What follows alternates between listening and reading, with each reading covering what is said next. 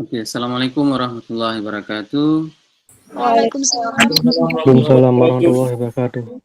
Alhamdulillah, wassalatu wassalamu ala rasulillah, rabbi shrah li sadri wa yassir li amri wahlul 'uqdatam min lisani yafqahu qawli amma ba'du. Adik-adik yang berbahagia, pada pertemuan hari ini kita akan membahas tentang apa yang dinamakan dengan faktor produksi dalam ekonomi politik Islam. Nah, di pertemuan hari ini kita akan membahas tentang ada 3 faktor produksi. Yang pertama sekali itu adalah land, labor, dan kapital. Ketiga faktor ini akan memberikan dampak terhadap wujudnya wage, rent, interest, dan profit. Namun di dalam ekonomi Islam, tidak ada yang dinamakan dengan unsur ribawi ataupun interest. Dalam ekonomi konvensional, mereka memasukkan dampak dari ketiga faktor produksi tersebut itu bisa memberikan kepada penentuan upah, adanya sewa, dan boleh diambil keuntungan, dan ditambah satu lagi, adanya tingkat suku bunga. Dalam Islam, kita tidak bisa memasukkan indikator interest sebagai salah satu dampak dari 3 faktor produksi di dalam ekonomi politik Islam.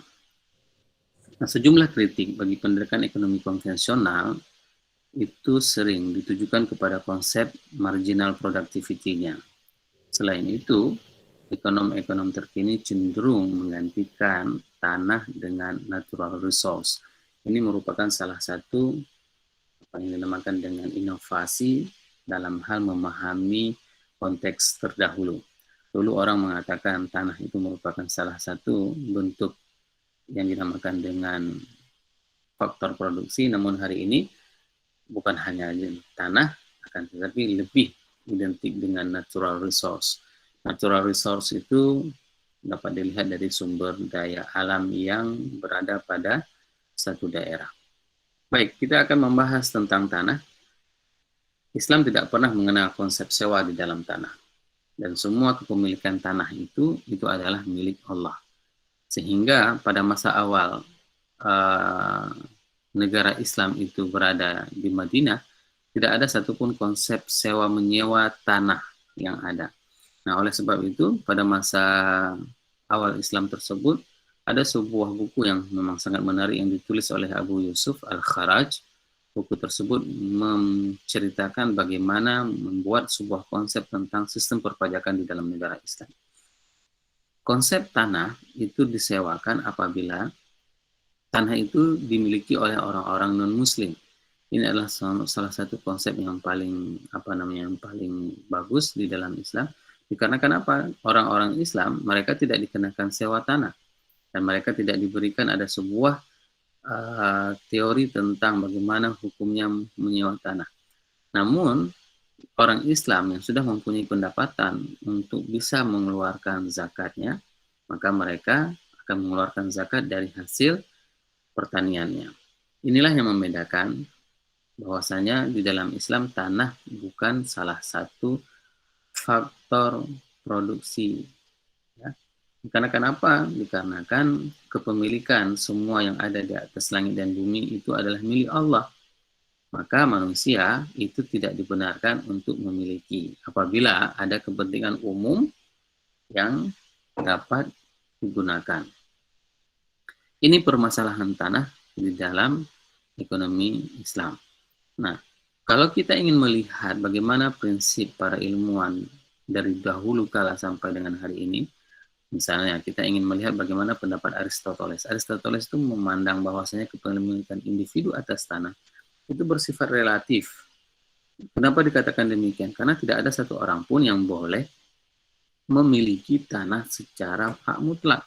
Pada saat negara, pada saat kepentingan umum menginginkan tanah tersebut itu harus diambil kembali, maka tanah tersebut tidak boleh menjadi hak privasi bagi seseorang tersebut.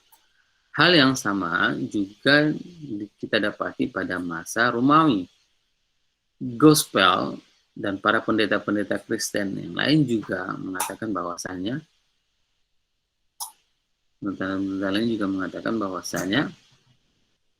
ya, kepemilikan tanah tidak ada gunanya, ya, malah kan lebih ekstrim lagi pada masa Romawi itu. Mereka mengatakan tidak ada gunanya. Kenapa? Karena kehidupan akhirat lebih penting. Itu bagaimana pendapat orang-orang Romawi terdahulu. Nah, pada abad ke-13 dan 14, ketika kembali menghormati kepemilikan pribadi, ya, termasuk pada saat itu Eropa sudah mulai menghargai atas kepemilikan pribadi. Nah, pada saat itulah mereka mulai mengakui bahwasanya ada kepemilikan tanah. Adik-adik sekalian, dalam Islam, kalau kita ingin merujuk kepada beberapa turas Islam, buku Islam fikih klasik, itu dijelaskan bahwasanya 3 tahun tanah yang tidak digarap itu tidak boleh, negara itu boleh mengambil kembali tanah tersebut. Ini merupakan salah satu sebuah keistimewaan, dan ini Islam mengajarkan kepada produktivitas, bahwasanya tidak dibenarkan tanah tersebut itu boleh diterlantarkan.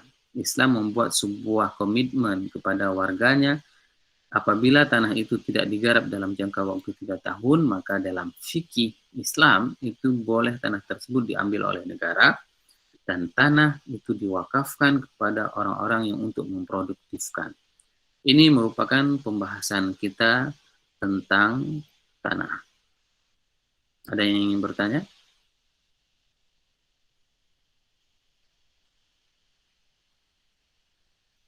Tidak ada?